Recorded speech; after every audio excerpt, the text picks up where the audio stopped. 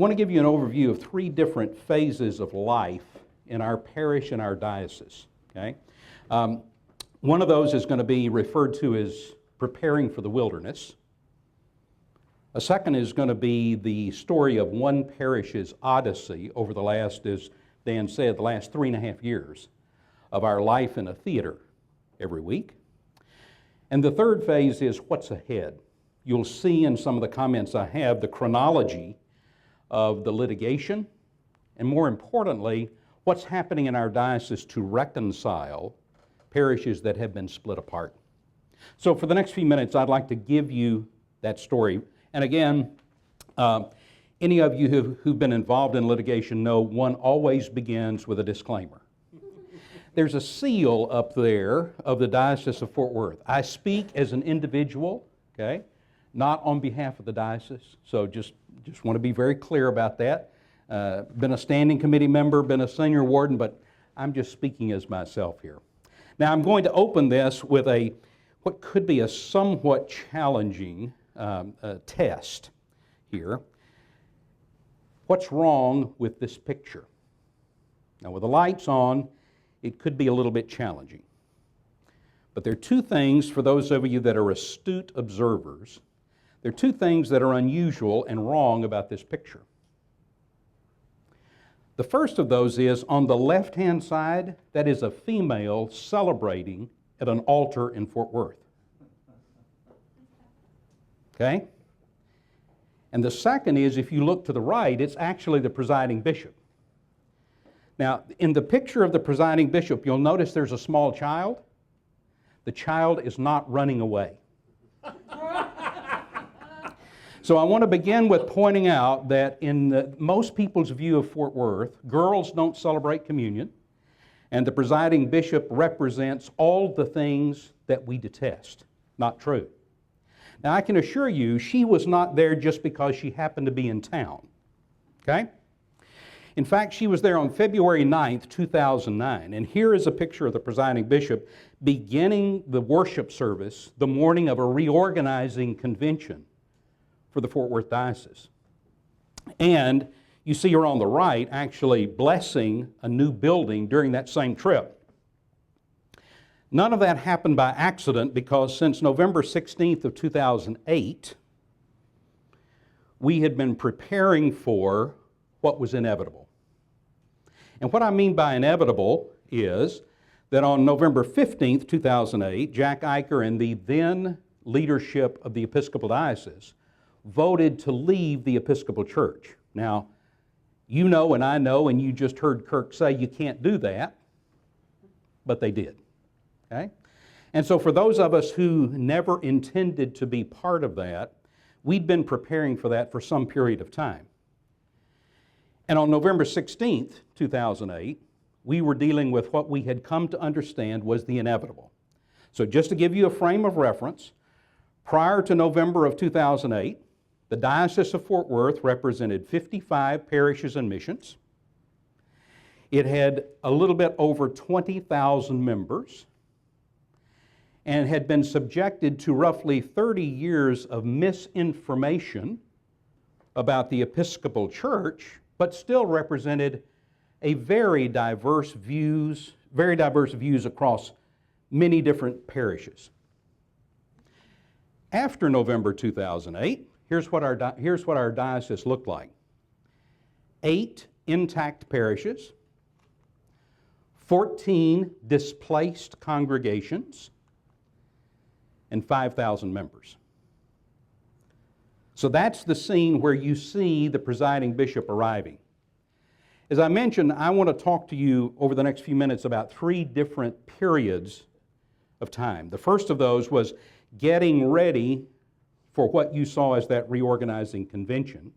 The second of those is really to talk about our experience as one of those displaced congregations, finally to give you some idea of what's happening now. What we really refer to in our parish as ground zero of the reconciliation process. So I'd like to take a few minutes and give you my point of view there. Yes, please. The question was, what happened in Fort Worth? Why did you end up calling? I probably should know, but I don't. Not at all, and perhaps you heard Kirk mention in the U.S. Episcopal Church, 4 dioceses over the last 4 years, at various times chose to say we're withdrawing from the national church.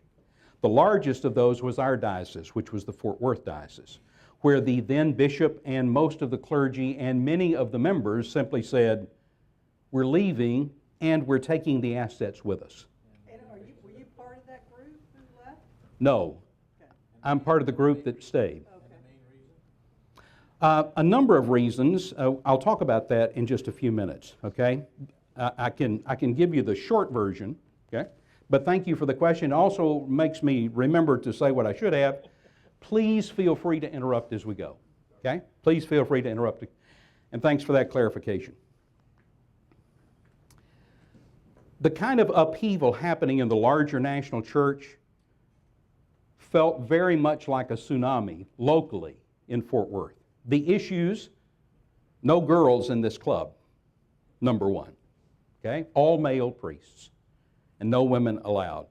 Those repercussions in the larger national church were amplified in our Diocese of Fort Worth over a long period of time, and particularly began to accelerate after General Convention of 2006, okay? What did we do? Well, on your tables, you see some little flyers like this, okay? Steering Committee, North Texas Episcopalians. I want to talk about that for just a moment because what we did was begin to organize ourselves recognizing that the inevitable was about to happen, okay? This was a joint clergy lay group specifically designed to have an umbrella representation. We said from the very outset, this entity is single purpose and limited life. We exist solely to help get to the reorganizing diocesan convention. Our purpose is to collaborate with the presiding bishop's office and staff so there's a single point of contact rather than many voices trying to explain what's happening. This is important. We were able to isolate the technical legal issues away from the larger task of rebuilding a diocesan structure from the parish up. And then finally, and perhaps most importantly, we were able to repeatedly confirm a future direction so that people in the pews who were watching their diocese disintegrate around them at least had one set of voices consistently saying, we know where we're going. Please come go with us. Steering Committee, North Texas Episcopalian. So as a result of that reorganizing diocesan convention, Ted Gulick, then the Bishop of Kentucky, was named as the provisional Bishop of Fort Worth and spent roughly half his time in Fort Worth and the other half commuting back to Kentucky. We were early and frequent collaborators with our colleagues in San Joaquin. Why? They were about 6 months ahead of us on the trail. So Nancy Key, who was a layperson, within 3 or 4 weeks of our steering committee beginning to form, flew to Fort Worth, spent the weekend training us in terms of how they had prepared as individual parishes to deal with the split that had come 6 months before.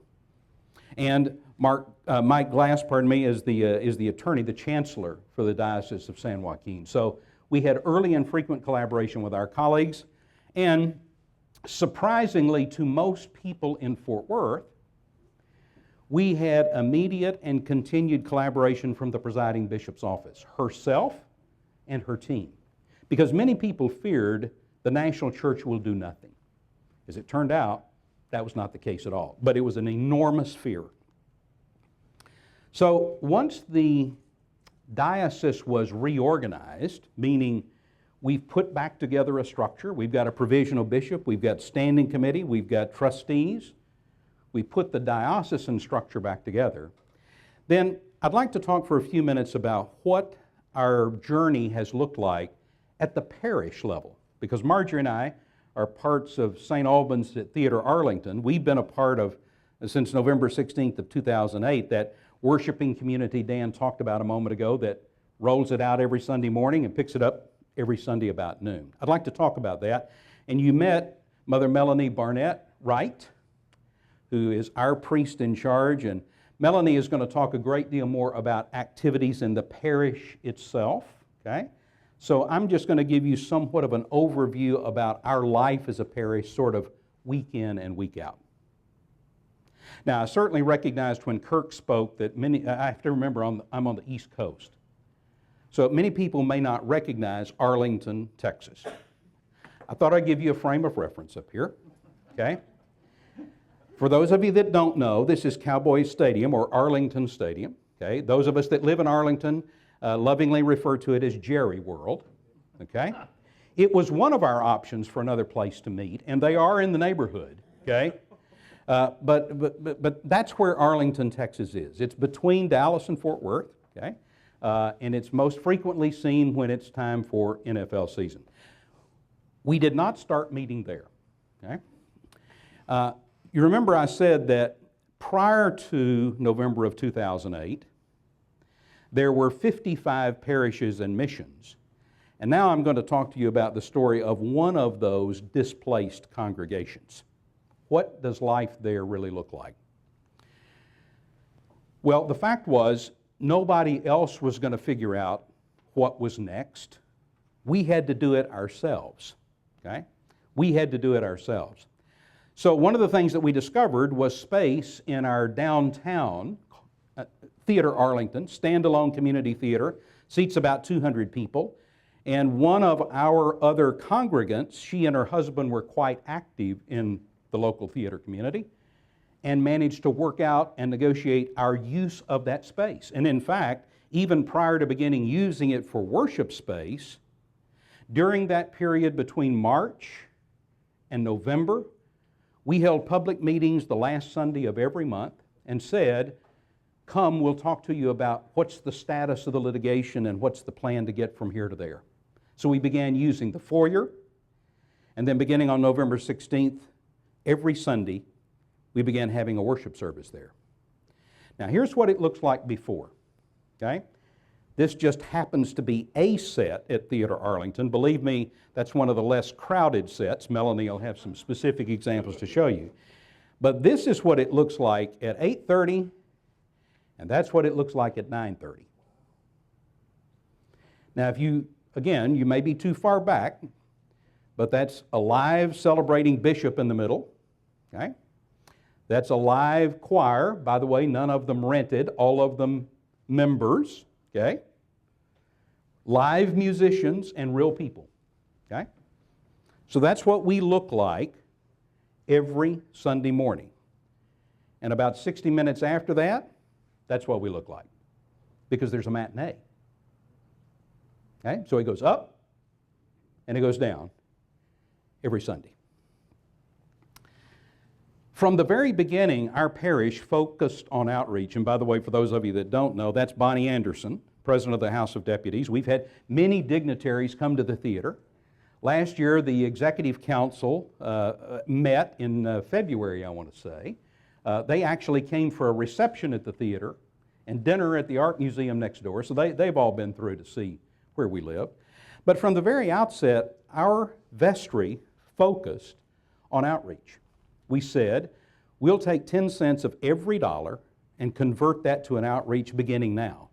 And we specifically then adopted specific collaborations in the community, both with the Arlington Life Shelter, which is within 3 blocks of where we are, and with an East Arlington area school, where our members tutor kids in reading. It gave us as a vestry the opportunity to completely rethink how would we serve this community if we were starting over? Because we are. It meant that with a 25,000 student university within 2 blocks of us, maybe we ought to reconsider our priority for campus ministry. And then we began to attract members from all of the local metro parishes, not just those of us who had been at the Brick Church on South Davis, where many of us came from. So our footprint began to expand. We've had a history of sustained growth. We began with roughly 60 people, and by the way, I realized I didn't think about this until this morning.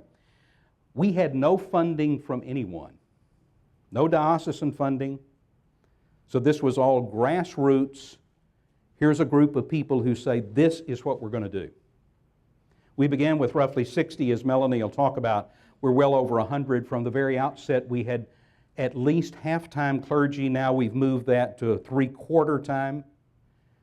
We've seen our leadership expand across a much broader base of participation, not the same folks elected again and again. And consistently, our vestry has said, we're focused on service now, not when we get the building back, but now. I'll talk a bit more about that in a moment. Our position has been open to all, because that's who we were before November of 2008, and it's who we are today. It's not just at St. Albans at Theodore Arlington, but throughout our diocese, there are signs of growth everywhere. This is a picture of Susan Slaughter, the first woman ordained in the Diocese of Fort Worth in history. In history. Now, I know for many of you, it's hard to believe, but I have other witnesses here. I have Melanie, and I have Demi Prentice, and I have Mother Amy Haney in this room who can testify that's the case. So in less than a year from the time of the split, we had reorganized and were healthy enough. We're ordaining a woman as a priest who the same day became the rector of a parish. Okay? Other displaced congregations, just like St. Albans, all around our diocese, that are doing the same thing we are, setting up on Sunday and tearing down in temporary space. And our diocese has been a full financial participant to the National Church since it was reorganized in February of 2009. Many people, I learned, in the National Church knew Fort Worth for a variety of reasons, but one was because it was cheap. It wouldn't pay its assessment. So we would not pay its assessment to the National Church. So we as a standing committee and a group of trustees at the founding or the reorganization of the diocese said we will be full financial participants from day one. This is the most recent sign of health in our diocese. On Palm Sunday morning, this was the newspaper. Local Episcopalians get first black female rector at the historic Trinity Church, which, by the way, was where that group of 12 or 15 people met in March of 2008 to create Steering Committee of North Texas Episcopalians.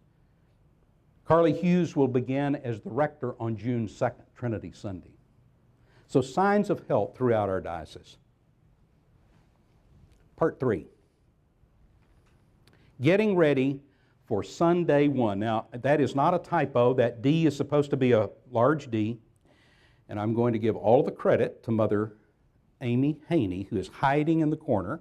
I told her last night she's a prominent part of my presentation. She said, I'm not planning to stand up. I said, that's all right. I'm going to mention you anyway. It's not a problem.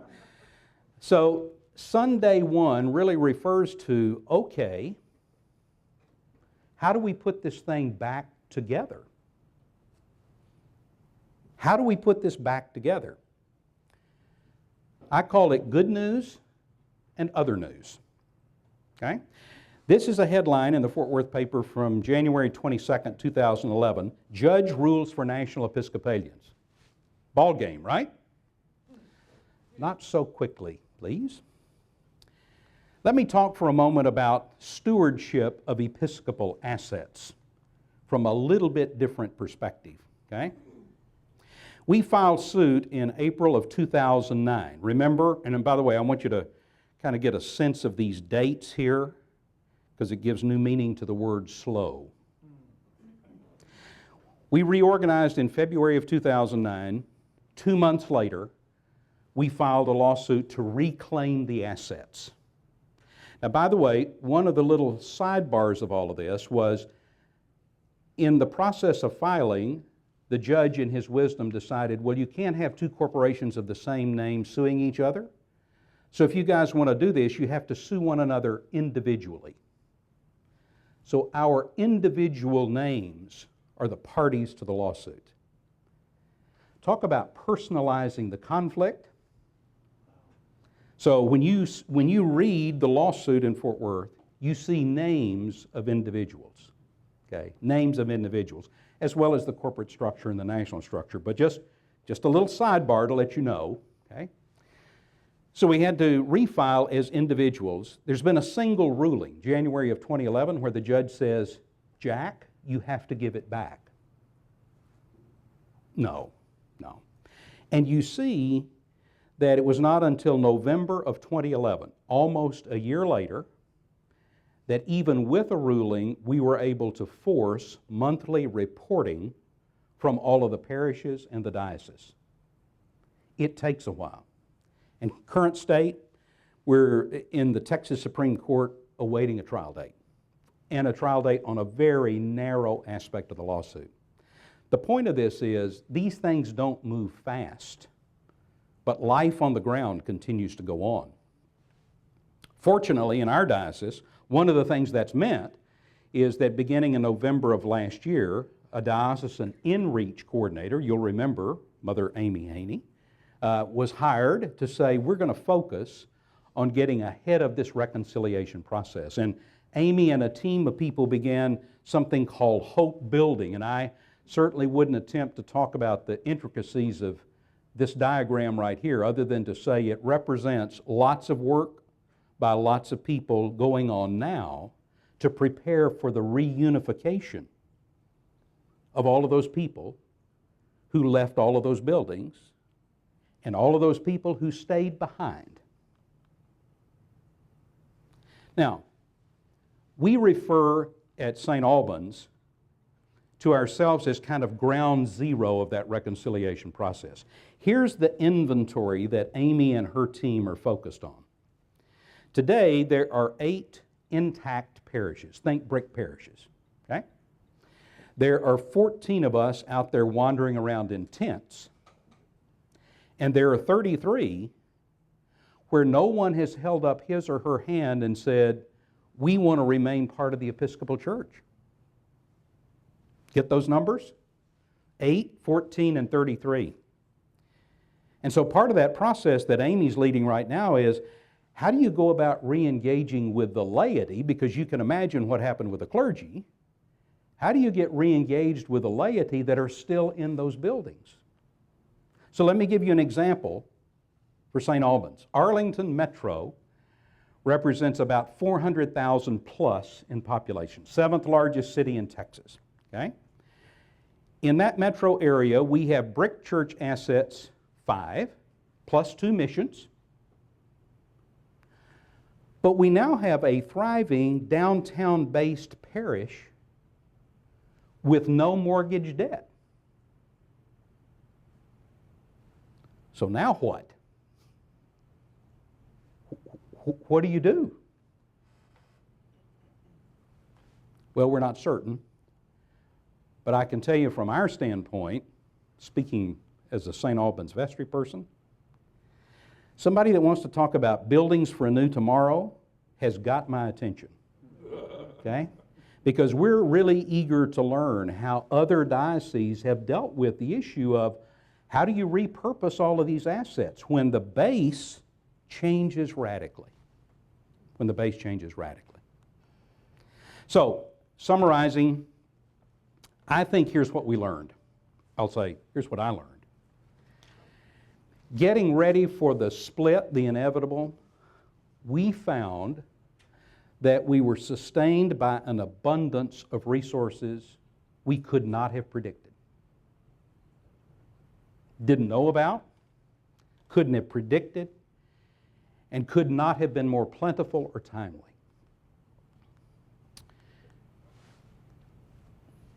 If my clicker will work. My observation about life at the theater is that we have consistently grown from unexpected sources. Consistently. People and opportunities have presented themselves, and we've continued to grow. What I do know about what's ahead is we're the ones responsible to lead. Nobody else is going to figure this out. So sometimes people say to me, why do this? These are the three most beautiful grandchildren in the world because they're mine. Okay? They live about 10 minutes away from us. And for Marjorie and me, we have 2 adult daughters and those 3 grandchildren, none of whom are part of our parish life. And so I say, it's important to create an Episcopal presence somehow that's attractive to people like this. Thank you. So the piece that I'm going to be telling you and talking about, and when the Episcopal Church Building Fund made a contact with me that really sort of intrigued and inspired me, is that one of the things that I understand we're talking about here in this place is the fact that church buildings are being closed down. And some of these congregations, which are smaller and may not have the financial ability to sustain a property, are in this moment of, and now what? What do we do? Can we be a church without a building? And I came into the process about a year after what Walt described as the beginning. I was hired as the part-time priest in charge of this congregation, and I have had the fun and the joy of being part of a community and nurturing, growing together, expanding on people's gifts, and seeing it grow.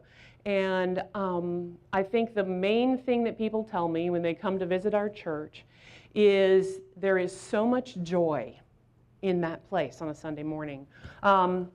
And so what I'm going to really be focused on is what we're doing, the ways that we are reaching out into the community. I like to use the words advertising and recruiting rather than evangelism. Episcopalians seem to be much more comfortable with those 2 words, though it's really the same thing. But we're going to just talk a little bit about things that we're doing, and then I invite questions. I don't know if any of you are in a situation or have friends that are, but I would be delighted to engage with you on that. The other thing to tell you before I start clicking through slides is that it's really interesting as we move into the 3rd phase, where reunion is on the horizon and we may be getting the buildings back. There is an interesting sort of energy that has moved among the people of, oh my goodness, we figured out how to do this without the building. Can we still do what we're doing with the building? And so, we're engaging in that conversation. And so that's really interesting. And knowing that we are now in a theater, and Walt mentioned that that was a connection made by one of our parishioners, I just want to point out as we start walking through all of this, that that is what I've seen, is that almost everything that has been provided is come through a gift, a resource, or a connection of someone in the church. Somebody knows somebody. Somebody has a gift. They're willing to share it. They're willing to put it forth. And that shared leadership and sharing of resources has given life to our community. This is a great picture off the web of a phoenix rising. And this is a wonderful image of something my children did one day. And they were just playing, and I don't know how well you can see this, but this is a repurposed site for a worship service.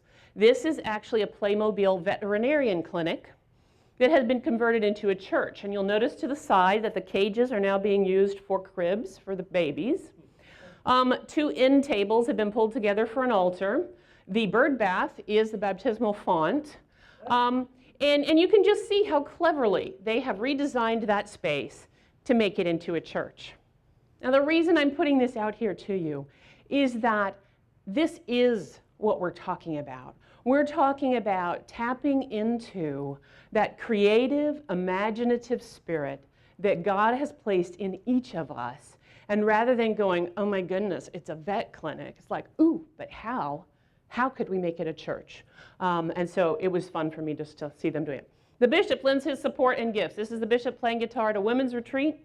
And our bishops, both of the ones who have served us, have been there. They come, they're part of our life. They'll sit and listen. If I call, the bishop is there, and he will work with me and lend me assistance and come and be with our people. This is a little map of our diocese. We're going to zoom in. Hang on, I'll back up just a second, maybe. Or I won't. Okay, fine. There was a small area that was circled, and that was our parish. And being at St. Albans in Arlington has really opened my eyes back up to what the word parish means. If you remember, the word parish is a geographic location. It is a boundary of area around which a priest was called to serve. And right now, that is our parish. It encompasses 7 worship sites, as Walt mentioned, 5 churches, 2 missions, that are all Episcopal buildings in this region, to which now we have 1 congregation that serves this entire region. We have people that come to church on Sunday morning that drive 45 minutes, and we're the closest Episcopal church to them. And so this is a pretty broad area. The other thing about this map is, this is our church. All those red things that you see squared, that's our people. And right after I had come to this congregation, a friend of mine from the Maryland church that I used to serve came for a visit. And it was on a Wednesday. And they said, "Oh, take me to your church. I'd love to see your church." And I'm like, "Okay, that's really interesting." I said, "I can take you to the building where we meet and show you the closet where we put everything. But my church is spread all over this region." And so we went, and I showed them the closet, and they thought it was funny how we stacked everything, and the altar's on its side, and all that. And then I remembered that the choir was meeting over at a music store. And so we drove across town to the music store, and I introduced them to part of my church. And that was the moment that, for me, it became really clear that our church is the people. And our people have an understanding of that. There's a sign we put out every Sunday morning out on the street curb so people know that it's not a theater anymore, but it is an Episcopal church.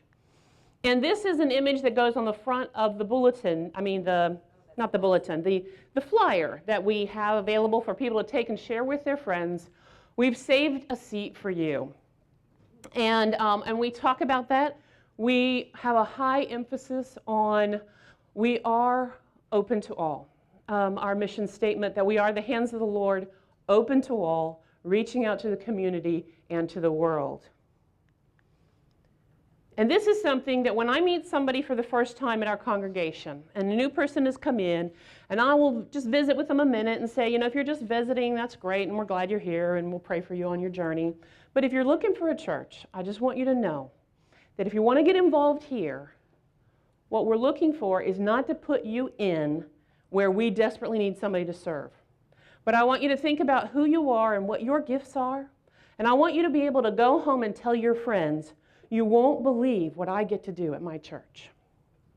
And that is fundamental to our understanding of leadership in our church. We currently have an average Sunday attendance of 72 people. We have 31 different people in leadership in our church. And there it goes. This is one of the sets. That's our deacon. She's setting the altar. Every week, as Walt says, we reset our stage. And it's always fascinating because about every 6 weeks, the reredos changes. I think the most challenging to me personally was when we were in Lent during the Dr. Seussical world. That one was a challenge. Although the one that really I feared being a challenge was when we were going to be in Easter during the full Monty. And just like, yeah, come on down to the church. We're the one with the sign that says the full Monty on it.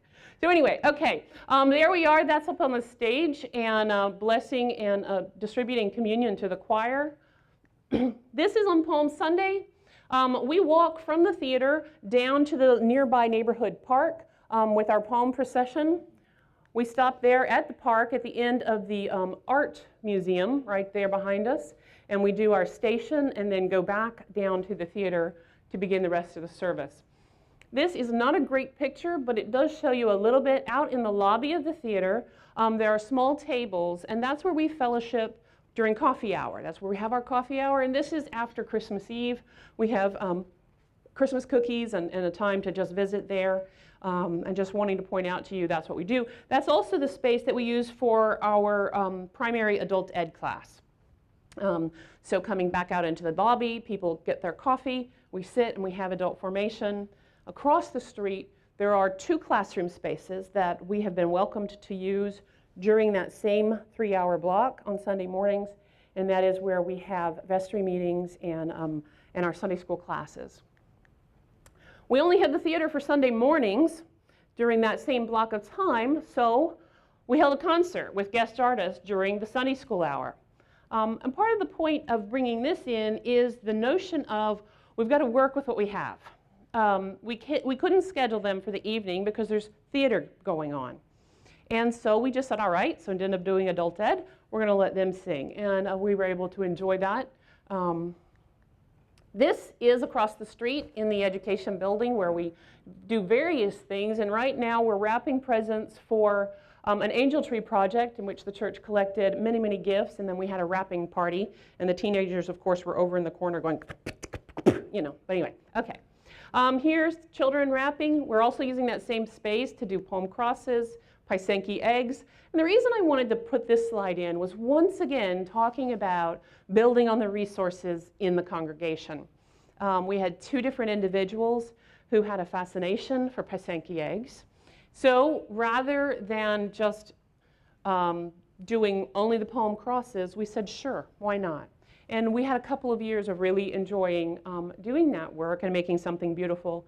The other thing that's delightful is you'll notice that the ages are varied, and these are intergenerational events. And I think that is vital in a church our size, is to really engage in, we're all part of this. And yes, if you're a teenager and you're a full-grown adult, you might want to engage together and learn. And in fact, the teenager in this picture is one of the leading Paisenki artists, and he's helping the other people know how to do that.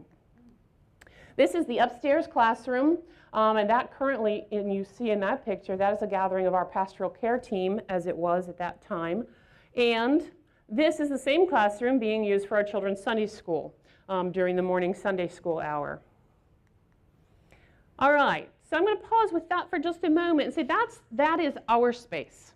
That is the space that we use on Sunday morning. So we have the theater and those 2 classrooms for 3 hours. And we're trying to make use of that. Now what we began to find, though, is that as our community began to grow, we started going, yeah, but where are we going to have this other meeting? And where are we going to get together for a midweek? And what are we going to do about that? And so we began to look at, all right, we can actually rent the theater space, not the theater itself, it's way too expensive, but we can rent the classroom space sometimes, and we use it for Holy Week and stuff, but what else? And we began to look outward. And in the beginning, I did all my pastoral care meetings at like Starbucks and restaurants and things like that. We actually now have one tiny office and a little side office that we have in the educational building and we can use. But what we started realizing was that our life was going to be in ways that we engaged beyond our walls, beyond our immediate area. And so, attending diocesan-sponsored events. We're part of the Lenten programs, and the diocese can afford to bring in big-name speakers. And we've had some wonderful guests coming in. Presiding Bishop Shorey came, and also Bishop Barbara Harris, and a whole bunch of other people, but some wonderful speakers brought in that we can't afford, but by joining with the diocese, we can have the benefit of those opportunities. This is a diocesan women's retreat at, I think it was a Lutheran Conference Center. It was not Episcopal, and where women from all over the diocese came together, getting to know women from other churches. This is a diocesan youth caroling event, which Mother Amy Haney organized. So most of our little 14, dispersed congregations have only a small handful of youth. But when we get together, we've got actually a whole collection of kids that can do stuff. This is about participating in other youth-led events. This is a happening event, which happens with both Dallas and Fort Worth together. This is church camp that the Diocese of Dallas has opened their doors because our Camp and Conference Center is currently under other management. So we've been invited to participate in their youth camps so that you can have a broader church experience. And the other thing that's been really fun is to go to other churches. We don't have enough energy, space, or anything else to do a St. Nicholas event, for example. And so a nearby church, happens to be St. Anne's in Dallas Diocese, did. And several of our families went together to that event. We went and joined St. Luke's Church for a Mardi Gras party and used their space because that's on a Tuesday night and we don't have space. We joined the Methodist Church down the street for their trunk or treat event, and we added trunks to that. That is me right there in the pirate uniform. And that was fun. You know, it was just a way to laugh and play with our families, things that we can't do on site because the parking lot at our church is always filled with theater goers. And so by using the Methodist Church parking lot and joining them, that was a lot of fun. Here we are, we've gone to a church that does have a grounds. This is a congregation that has a property of 4.5 acres. They have a congregation of 25 on a Sunday, but they're ready to revitalize. And so they put out a call to the whole diocese. We don't have enough people to do this. Could you come? And so our people, some of our people got together and went out to help, building repairing the playground, trimming shrubs, planting the garden at this church property, and helping it to become something useful and meaningful and beautiful in our diocese. Attend community organized events together. And this is where I think we start a little bit of what we were talking about with the evangelism. I really firmly believe that we are on the web, but I think this, more than anything else, is what has enabled us to become known in the community. We go to things. This is the Holiday and Lights Parade. It's a community-sponsored Christmas parade. We couldn't make a float this year, so we just took a group, but we went as a group. This is theater shows. We take groups of our people and we go together. There's every time there's a new theater show, they go to lunch after church and then they come to the theater. And these are actually all children from our congregation, one of whom is in the play at the theater. We love supporting the theater because it is committed to outreach. They sponsor a theater camp every summer for the homeless children in the Arlington area, and our church has been able to partner with them, providing some of the scholarships and funding for that. And it's really a wonderful mutual relationship there. And I'm not, okay. And that's some more of our people supporting one of our youth at a theater show. Participate in the community organized outreach together. Walt mentioned to you that this particular congregation was formed on the basis of we're going to look out. We're going to stop looking at ourselves and saying, oh my goodness, this has been so awful. And we're going to start looking out to the world around us. And I believe we were challenged by the presiding bishop to do that. Is that correct? When she came to our diocese. And this group of people took that to heart. And by the time I arrived, it was made very clear to me as the incoming priest of that congregation that this congregation gives 10% of the budget to outreach, period. End of story. And I was delighted to see that. And that's the beginning, okay? That's the beginning of their giving, because that comes straight out of the budget. Then throughout the year, you know, there's ERD, and there's UTO, and there's other things, and there's a hurricane, and there's... And one of the years that we looked at this, while 10% of the budget had gone, an additional 12% amount had been given, donated over and above that to outreach ministries in the next year. Quick question, is that in addition to your diocesan? Diocesan assessment has nothing to do with outreach, except in as much as the diocese does its own outreach. Right. The diocesan outreach is like 16% or something like that. Right. Yeah, and so now we started working with Crow Elementary, and I will just tell you right now, if any of you are connected to a church, which I assume you are if you're here, I think that the partnership program with elementary schools is one of the greatest things that the Episcopal Church can do, because we are a church that's filled with older individuals that may not be able to pick up a hammer and go build a house, but we can sit with a child and hear them read. And not only that, we love reading. We love books. We're into education. Great for us. And the last thing that I think makes this a perfect thing for the Episcopal Church, is Episcopalians have a really hard time saying the word Jesus in public, which makes us a perfect fit for a public school setting.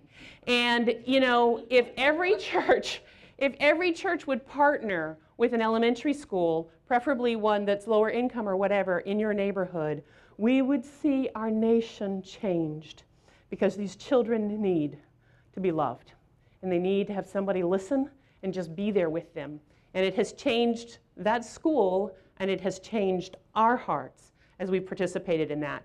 But I don't have a picture of Crow. Here is our going out and helping at the Arlington Charities Mission, doing backpacks and food distribution there. This is our volunteer team at the Martin Luther King Run. Our folks went out to help pass out water and do all of that. This is the team that was running at that race from our church. These are some folks who really didn't want to be out in the heat that day, and so they decided, since they couldn't go to the race that day, because our diocese had challenged us all to get out on MLK Day and do something, they went to Mission Arlington, and were helping with filing and sorting and doing some other things there. This group motivated themselves. It's the Bible study group that meets on Thursday. And they said, well, we're going to go do this. And so they were out there doing that. Gifts for Life, the young people at the church had gotten together a couple of Christmases ago and pooled their money to buy, I think they bought a goat, and I don't know, they bought several things.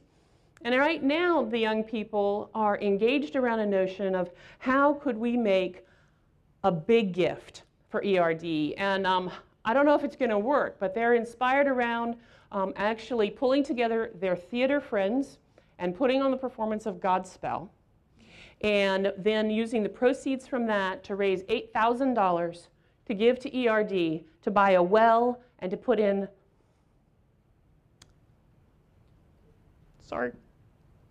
to put in a self-sustaining garden for an entire village. Pretty exciting. Other church services in funky locations. That has been fun. And our experience has been that when we have taken church out, people come. When we're willing to go and meet them where they are open and they are welcome. This is an event for animals that need adopting from the shelter. A big event throughout Arlington and meeting at this park. And one of our parishioners is on this team, in fact, helping head it up because of her own love of animals. But we started talking about, it was near St. Francis Day. Could we get a booth for the church and do a blessing of the animals? Because we can't do one at the theater. There's no room. We can't take those animals onto the lot there. And she took it to the committee, and the committee said, oh, that would be great. And which surprised her greatly, and in fact, it was the Baptists that were most intrigued by it. So this is our booth, and that's a Methodist minister there that was with me. There were 3 Episcopalians and 1 Methodist priest. Well, they don't call them priests, but elders. Anyway, we were all there. We held 2 services, one at the beginning and one at the end, and we blessed animals in between. And the people who were willing to come and say the prayers with us and receive a blessing for their animals, and of course we threw in a blessing for their home while they were there, might as well. Distribution of ashes at UTA. I know that the big, ashes to go is a debate in the church. We didn't know about ashes to go when we started doing this, but we did take, because we have a presence on the UTA campus, we took a team of us up there in our long robes, so that it was really obvious, that was our advertisement, is like we're walking around in these funny robes. And we walked around this area, this lot that was open, while they're selling tacos and they're, doing the hip hop music and everything, and we're carrying these bowls of ashes, walking up to people and saying, would you like ashes for Ash Wednesday? And you can imagine a few people were like, no thank you, and walked on. We had 81 people say, yes please. 81 people who let us stand there, a complete stranger, and smudge their forehead with blackened ashes and pray for them for a Holy Lent. And my experience is that when we take our particularity our liturgical sense of life and self, and we walk into these spaces that people are hungry and they're waiting and they're willing. Pentecost in the park, we take our service out to the park and we all wear red and, and just have a great time there, and then we have a big potluck meal. And I bring up all of these things because these are ways that our church is being present in the world, and people see and then they, well, who are you and what are you doing? And then we get in conversations with folks, and they want to know more. This is a rollout prayer labyrinth that one of the other churches owns. We do not own it, but they let us borrow it. And twice now we have taken it up to the college campus and unrolled it with permission from the university, and had like some meditative music playing and introduced people to this method of prayer walk. And some people say, well, do you have to be Christians to use this? And we're like, no, you can use it. Feel free. Just here's what we do with it, but you're welcome to walk. And people participating. There's a hungry world out there. Weddings, it is a little tricky unless we happen to have the perfect setting at the moment that you need to be wed. But there are local, beautiful, beautiful parks where we have done a wedding, and we've only had one, but it was done at a park. This is not actually the park, but that is one way. The other thing is some of the larger churches in the area have said we can use their space. Funerals also. Other churches have let us use their building for the funeral. But also, I was really pleased with the way the funeral home was willing to work with me, because we wanted to do the whole walk in the casket in and chanting, and that's not what they normally do, but they were wonderful about working with us to create that space and make it into what our tradition would need it to be. And now I've got a connection with that funeral home, and the woman has said, I'd be glad to come and talk to your church about, end-of-life issues or whatever. It was great.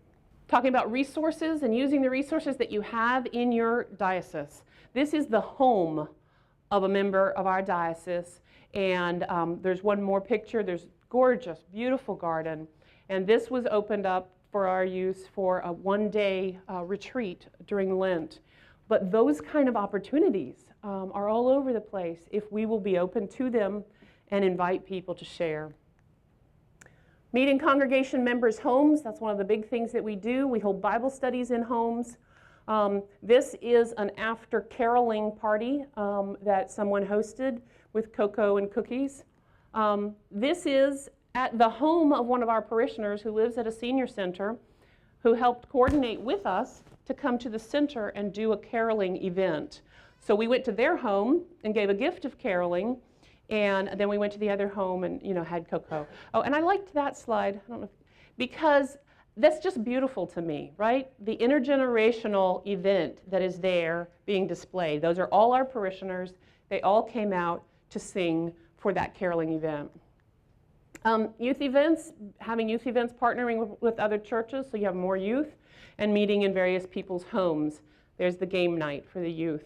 The other beautiful blessing of having things in homes is you get moments like this, where you've got a teenager and a toddler and that cat, and they're all interfacing, and that was an event where we met to learn about Advent and how we can practice Advent in our homes. A wonderful, wonderful opportunity. There's a group of families meeting for a family event. So what? Does any of this have anything to do with you or your church? Maybe it does, maybe it doesn't. But 2 weeks ago, tornadoes struck our neighborhood, and Arlington and everyone went under cover and under shelter. And this tree that you see standing on its head is at St. Barnabas Methodist Church. It was the only church that was damaged in the storm, and they cannot use their buildings right now. I don't know if they will be able to, I don't know what will have to happen. But that happened Tuesday before Easter.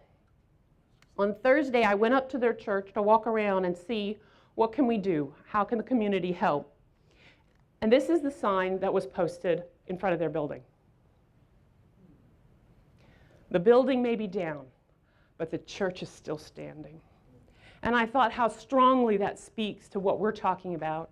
And on Saturday, they organized an event where and it was organized by the youth department of their church, where they called everyone in the church to come together, wear your work clothes, get on your stuff, and meet at the church parking lot. We're going into the neighborhood to help the families whose homes were hit.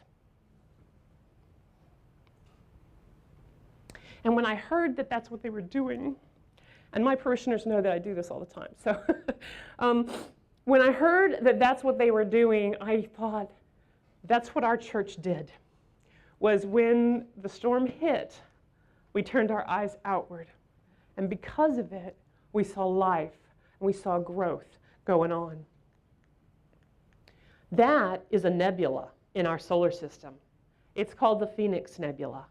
And I was amazed at just how beautiful it is and how much it looks like the Phoenix drawing I showed you in the beginning. That is an actual creation out there looking over us.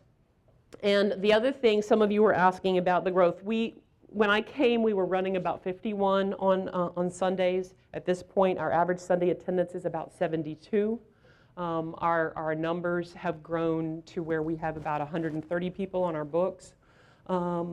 And some of the membership are coming from those 7 churches in our area. Some of them are the new people who move in looking for an Episcopal church. And some of them are people's friends that they're starting to bring to church because they're saying, no, you can't believe what I get to do. And this is a place of joy, and it's not full of pain and conflict. And that's where we're at right now. There were some similarities between San Joaquin and Fort Worth, except we led them by quite a bit. We actually started our first meeting with Michael Glass with 2 clergy who went to talk to him in 2003 because we saw the writing on the wall that the diocese was moving in a path, and the bishop had done. And at the convention in 2007, when they made the vote to leave, just to give you a sense, I was the only clergy person in the convention who had been active in the diocese and not since retired before Schofield became bishop. So I had been there for 20 years at that time, but nobody else voting, except for some of the retired clergy, had been there. So that makes a sense. There was a huge changeover in clergy, and so the diocese had been moved towards us.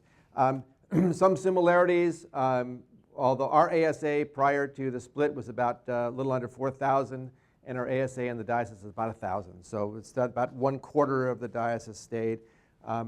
We deposed 63 clergy in the diocese out of a total of only like 115 clergy. And a lot of those clergy were retired and out of the diocese and elderly. So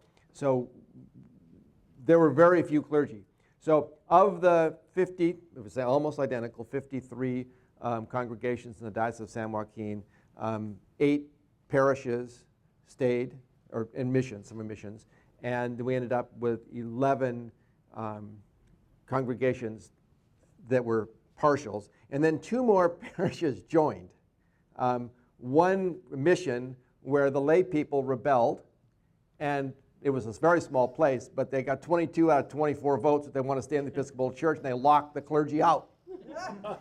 And that was sort of a funny story because I was actually on my motorcycle driving to a place, and I got this phone call, which you don't answer when you're on a motorcycle. And so I stopped, when I did stop, pull over, and this person was telling me what was going on, and I said, "What are you willing to do?" And they said, "What do you mean?" I said, "Well, would you?" And I said, "I can't tell you what to do because I'm not in the business of fomenting rebellion, but you could change the locks." He said, "Oh, I can do that. My husband's a locksmith." They went and changed the locks in the church and locked out the clergy person. So that was one that came back. And then the other one was a congregation in a larger church that had chosen not to go with the ACNA group, but to go with ACIA or AMI, whatever they are. And they looked at the legal situation, decided they would not win, just spend a lot of money, and they voluntarily came back and turned the church over. That created a problem because then they formed a bigger church that moved to a non-building, right? But because the diocesan headquarters is there now and some other things, it's working. So essentially right now, I wanted to talk about where we are right now as a diocese, because I come from the Canon of the Ordinaries position, and I was in a parish before this split occurred. My parish was growing and doing fine, and some others obviously weren't. But I'm the one who had been there longest, so I knew where the bodies were buried. That's why I became canon of the ordinary. So at the current time, we have 11 congregations that are not in buildings, and we have 10 that are. And I sort of rated them in 3 categories. One is what I consider to be viable. Now, viable does not necessarily mean vibrant, but viable. And of those 11 congregations that are not in buildings, I have 3 viable, 5 sort of okay, and 3 that are marginal. And this is non-attribution. The current canon of the ordinary is not here, so I can say things, but I'll say it even when she's here. Okay, and then in the building, ones in buildings, 3 viable, 5 okay, and 2 marginal. I think this applies to all dioceses. Okay? Now understand, ASA of the entire diocese is only 1,000. So that means out of 21 places, some of these congregations have 4 people meeting, 5 people. Many of the smaller congregations, of the marginal ones, have a group of maybe 10 or 15. I drove round trip 460 miles on Easter to do Easter service for 18. Okay, so we're talking relatively small. And by the way, that was not the furthest place I could have driven in the diocese. I could have gone to Ridgecrest, would have been about 600 miles. Okay. So, what's the definition? Why is one viable, one okay, and one marginal? Here are the 3 critical things we've discovered. And there's a lot more I could tell you, but I won't. Okay, 1, a viable congregation sort of has a critical mass and/or it's growing. So some of our viable congregations I put in that category, they may only have 25 members on Sunday, but they have been continually growing and are showing signs of growth. So things are happening. There is strong lay leadership in these congregations. The clergy person is not the prime person in the congregation. Or the clergy person is a person of great vision and is fostering and mentoring good lay leadership. Okay? And that was one of the biggest changes that occurred in San Joaquin from the time of the split till now, is that we have fostered in the diocese lay leadership, whereas prior was clericalism. I think the same thing happened at Fort Worth. It was all about the clergy, and it's all about them. And now we're saying, no, it's all about the people. And so that's a shift. It's a major shift. Those viable congregations are mission magnets. They are in fact looking. It's like static cling. They are looking for ways to communicate with their communities in outreach. And the same thing happens here. And there's a spirituality that's developing in those congregations that's focused around that. And the hope is present in those congregations. So when I go over the mountains to Ridgecrest, that's a relatively small group, they lost their buildings, they even changed their name. They were so upset with the people at St. Michael's, they said, we're going to call ourselves All Souls because we take all souls. Okay? And that's it's a group that meets. It's about 30 to 40, but they don't have a building. They meet in an old historical USO building out on the old China Lake. That's in the desert. And yet it's a great community. Okay, those people who are sort of in the okay but not completely there, there's a struggle usually in getting enough money and enough resources to do what needs to be done. And they usually can't support a full-time clergy person. Okay, so we have a lot of retired clergy, some part-time clergy that are serving. People serving more than one place. One person serves 4 places over a 2-county area. There is slow or no growth. And in some cases, they're burdened by buildings. Probably one was, I think, one of our largest congregations, I'm not sure they still are, have over a $3 million debt. They built, right at the wrong time, they built a church, they didn't build anything else. So they're struggling, and even though they're one of the larger congregations. And some just have little tiny funky buildings, and they're still struggling with those little buildings. the lay leadership is not as imaginative. And or the lay leadership is short. I mean, clergy leadership is short. And short in a sense of there's not enough, or it's short-sighted, or maybe they're just short. Okay? And there's some mission-mindedness in these places. We have a few of the places that find stuff, but they feel constrained largely because of their sizes. Well, there's only a few of us. We can't do anything. And that's, of course, you're going to die. And I would say that the emphasis is on maintenance and it's not on growth, it's not on mission. Those marginal ones, there's no vision. They've been extremely resistant to change. One example of this was I went to a place which I'd actually served as a vicar for a number of years, or a rector actually, and they had lost their building before the split occurred. And yet they had managed to rent it back on Sunday morning. So here they're still in their church that's not theirs. And it's a crappy building. It's over 100 years old and there's not been much maintenance done in the last 50. The Lutheran church is in the same thing in town, the ELCA church. They were talking about the same issues. We talked, as from the diocese of the Lutheran church, I come back to the Episcopal congregation and say, look guys, what an opportunity. They're Trinity Lutheran. You're Trinity Episcopal. How about becoming Trinity Episcopal Lutheran? No. I want to be buried out of this church. So that's a pretty good option.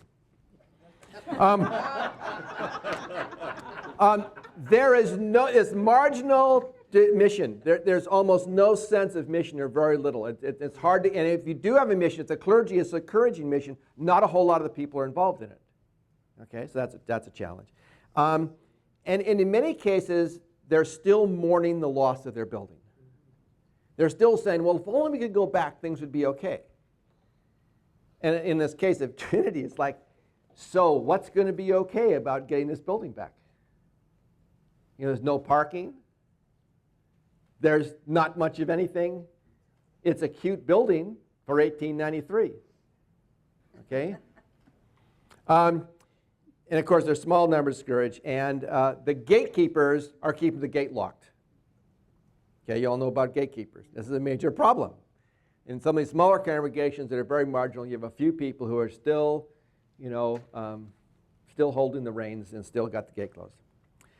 Okay, I had and I don't know whether this was, I don't know my time going. How far am I? We're at 12:28. Okay, I can finish up here within a couple of minutes over. Probably anticipation of coming here, I had this dream. And I'm not a big visionary, and I'm not going to go into this. That would be crazy like the other guys. But I had this dream, and in the dream I was in a parish, and they had this great first part of the service. I mean, the kids were involved and stuff, and the music was good. And I thought, God, this is a great church. I can't wait till announcements so I can tell them what a great job they're doing. And then it came time for the gospel, and I wanted to read the gospel, and I started to read the gospel, and somebody said, that's the wrong one. Look over there for it. So I went through it, and I couldn't find it in the book. And I'm thinking, this is crazy. And that's a dream, you know how dreams are. And then about that point, the rector said, because I was like the canon of the ordinary business, he said, oh, that's okay. We'll just leave the gospel out today. and of course, in the dream, I remember going, sitting down and saying, this is ridiculous. I'm getting my investments and leaving, which, of course, I've never done in reality. But I woke up with this dream, and I said, what does it mean? For me, it means if you don't have the gospel, no matter how well you do everything else, you're nothing. Okay, it's not worthwhile keeping. So, here's something that came out of another document, but the church is an embassy of the spiritual vision of Christ, and that is the kingdom of God. And our job as an embassy of the spiritual realm is not to stamp visas, it's to give people passports. Okay? And we are to gather the lost, the broken, and the alienated, and to love them into their true selves, which is in fact being the children of God, the people of the kingdom. There was a time in my life, I'm a retired Air Force chaplain, when I was responsible for going around and doing the goals and objectives for chapels. And the biggest challenge was getting people to agree on what the true mission of the chapel was. You would think that'd be not hard, right? Now, the Air Force had to go through this a little bit later, but the Air Force mission is to fly and fight. Keep it simple. So what's the chapels? It's to support those people and spiritually in their lives. Well, my feeling is if we as a church, and I can go back to these congregations that are vital in the Diocese of San Joaquin, and whether they have a building or not, if they have a clear vision of what they're doing, which is to be Christ's kingdom present, then they're the ones that are going to succeed. And they're the ones that are succeeding. Has nothing to do with the building. It has to do with the vision. And so this is what I think has the huge shift has to occur, and which has occurred by definition in the San Joaquin, in Diocese of San Joaquin. And that is that the building is a tool for the mission of the church. The building can't be the goal.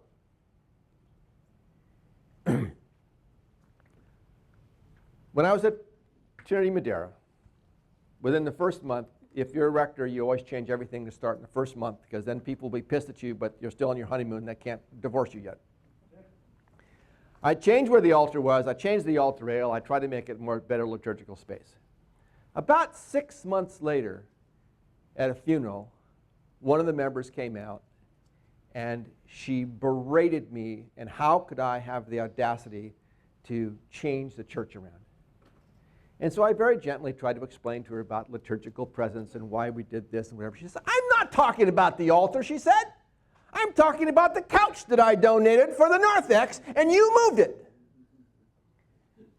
That is what the problem of the church is. It's not about where the candlesticks are, and it's not about where the altar is. It's about where the heart is. And, I'm going to say over here, the people are the church. But the church only exists in the heart of the people, and if the people don't have it, we're in trouble. So, it's enough. So thank you.